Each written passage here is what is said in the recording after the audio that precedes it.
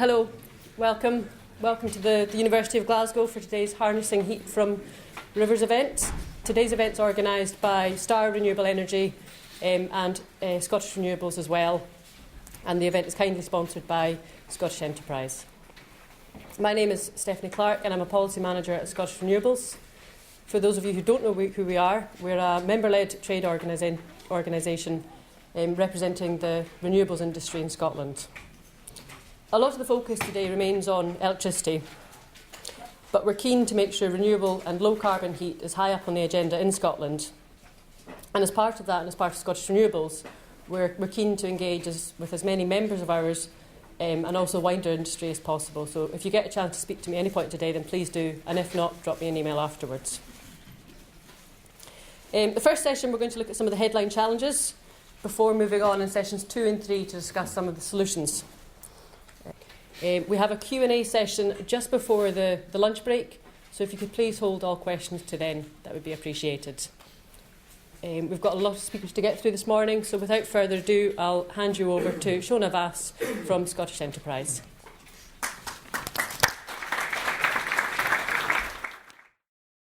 Great.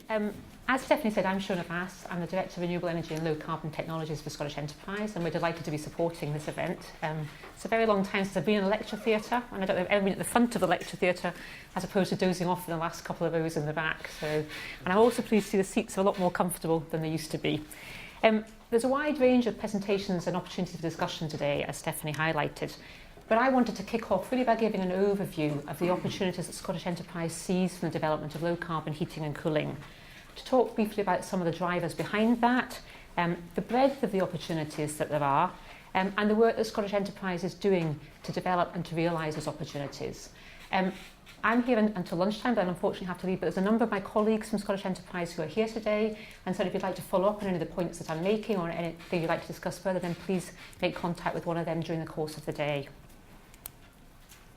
So basically, looking first at some of those drivers that I've mentioned, there's a number of both legislative and also policy drivers at a European, a UK and a Scottish level, which are very much ensuring, as Stephanie mentioned, that renewable heat, low-carbon heat is moving up the policy agenda.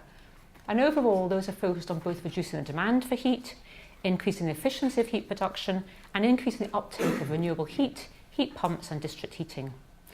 At an EU level, the EU's Energy Efficiency Directive states that each energy member state must reduce its energy demand.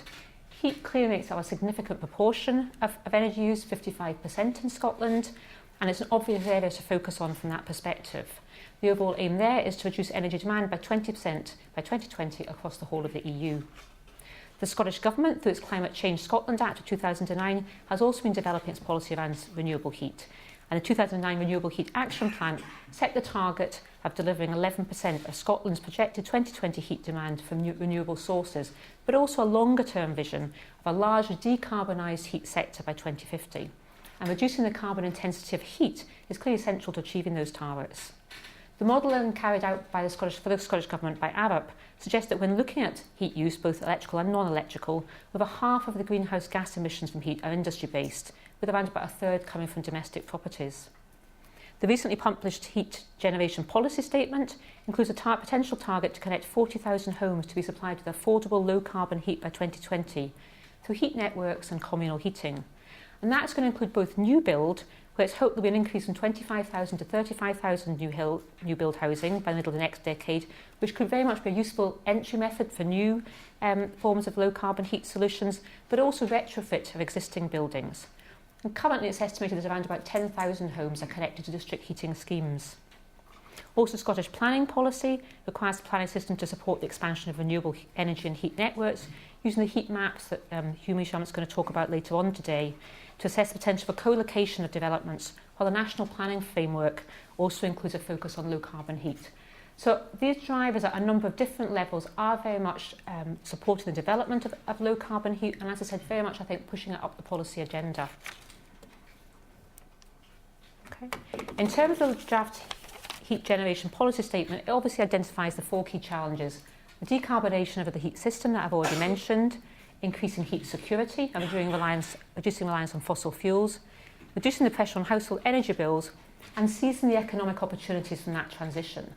And from a Scottish enterprise perspective, we clearly want to support the decarbonisation of the heat system, but in particularly to look at the economic opportunities coming from that and to maximise the benefits to Scottish companies and Scottish technologies from that.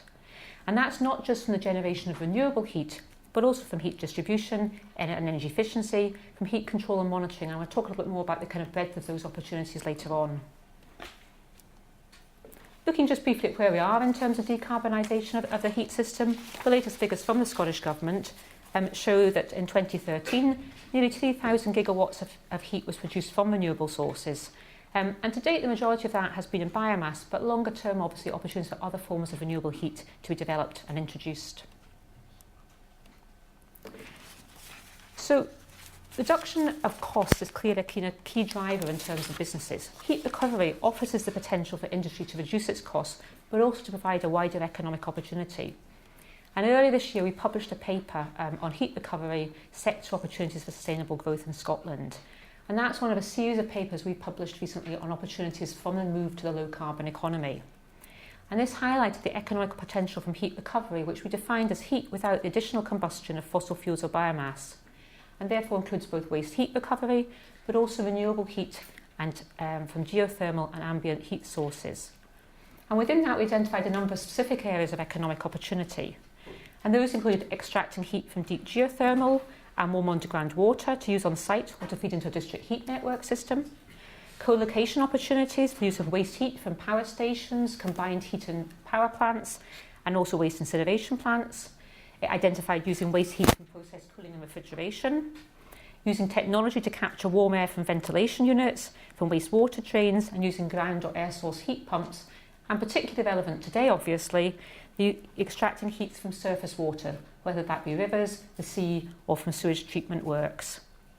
I think also we also see economic opportunities of scale for industry from reuse of the excess heat generated and ensure that that potential is used either on the site for other industrial uses or used off-site, for instance, into district heating networks. Looking more broadly at the scale of some of these opportunities, the Low Carbon Innovation Coordination Group, which is a group which brings together the kind of key UK funders of low carbon innovation. So that's DEC, Innovate UK, the ETI, but also has Scottish Enterprise and Scottish Government on that, has undertaken a number of technology innovation needs assessments over the last couple of years. And one of those in 2012 was around low carbon heat. Now that very much focused on heat pumps, heat networks and heat storage as three key technologies that could play a key role in meeting UK and global heat demand in an emission-constrained future.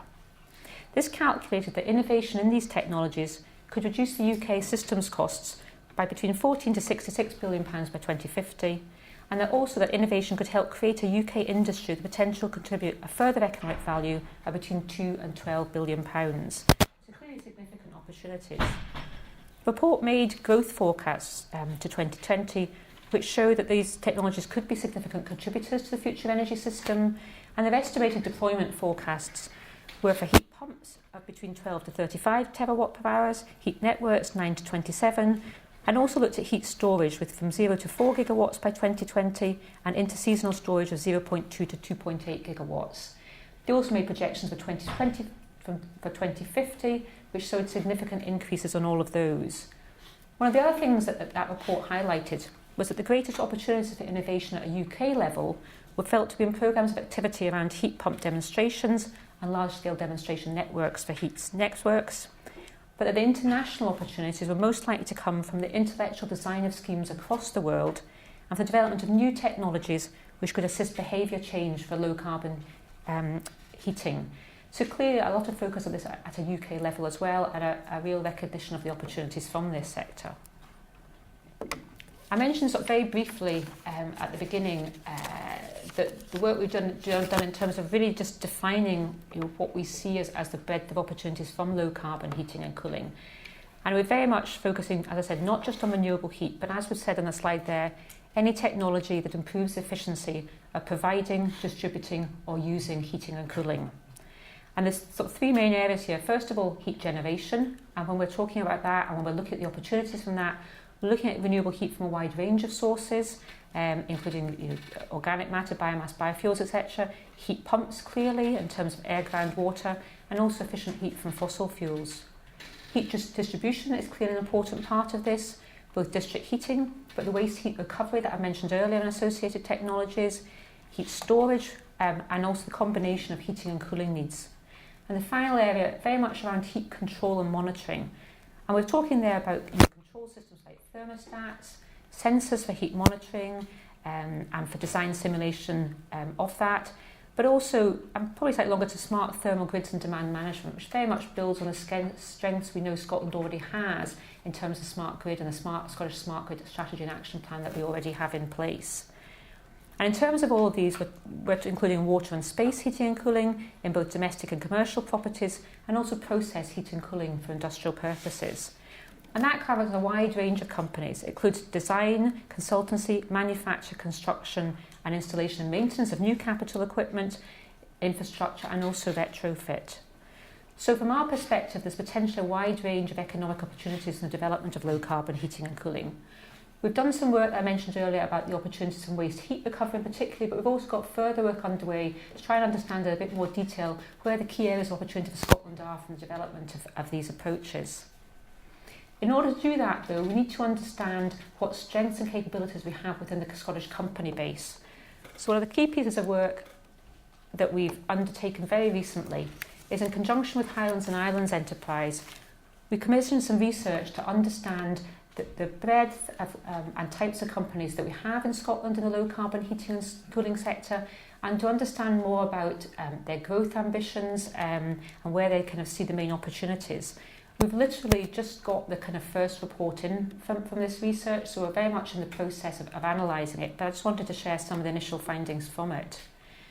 We've identified 225 low carbon heating and cooling companies. There are sure to be some companies out there that we've missed in some way, and in which case we very much would like to pick up on those. But we think that's probably a reasonably robust estimate. Of those, 32% returned the survey in detail, which is actually is a pretty good response rate in comparison to other surveys that we've undertaken. It highlighted that the majority of the companies were involved in the design and installation of equipment, but there was also a significant manufacturing base. We saw that there are companies involved in heat recovery, storage, heat pumps, passive heating and cooling, biofuels, and fuel cell companies within that company base, and a particularly strong core of companies in the heat control, sensors, and monitoring areas. And the other final point we've highlighted in the slide, in terms of solar and biomass, those companies tended to be very much about installation of those technologies. Looking a bit more at some of the kind of types of companies within that, overall, 19% of those companies spend more than 10% of their turnover on R&D, and 32% of them spend more than 6% of their turnover. That's significantly higher than the average for Scottish companies, and it clearly shows a sector that's prepared to invest in R&D, to be innovative, and to look forward for the opportunities. Also a sector that's growing. It showed high levels of growth, 74% of companies achieving growth or high growth in turnover over the past 3 years. We also saw over 60% of companies with growth or high growth in employment, and also profits over the last 3 years. And 61% of those companies have invested in their company over the past 3 years.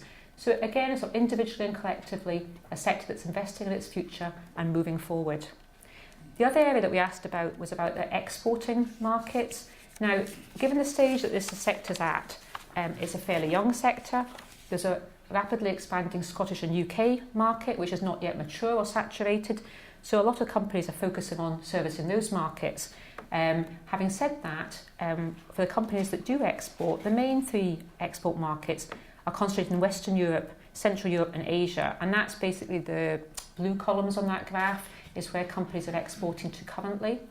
We also asked companies where they had aspirations to export to, and that's the red columns on the graph. And North America was highlighted as a particular country of interest to companies in the sector. We've actually just commissioned some further work to understand in more detail where the exporting opportunities are for Scottish companies, and we should get the results of that in the next 2 or 3 months.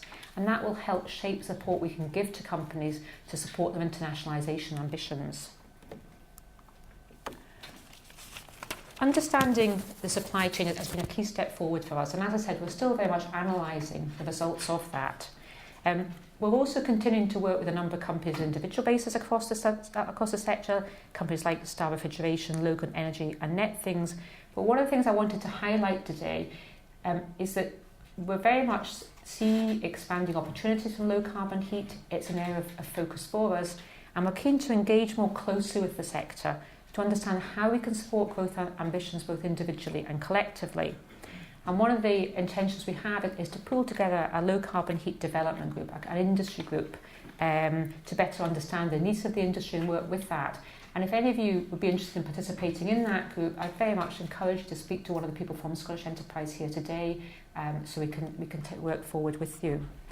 I think in conclusion, what I really hope I've managed to say today is that we see and attach increasing importance to opportunities in low carbon heating and cooling for Scotland. We've done some initial work about those, and we've got further work underway to understand in more detail the scale and nature of those. We're starting to understand the company base that we currently have in Scotland and the skills and expertise of that base, and again we're doing further work around that. We're very keen to work with as many of you as possible in terms of developing this sector, and as I said, anybody that would like to become more involved, please speak to myself or one of my colleagues during the course of the day. And finally, I'd very much encourage you to attend and participate in the event in November if you're able to. Thank you.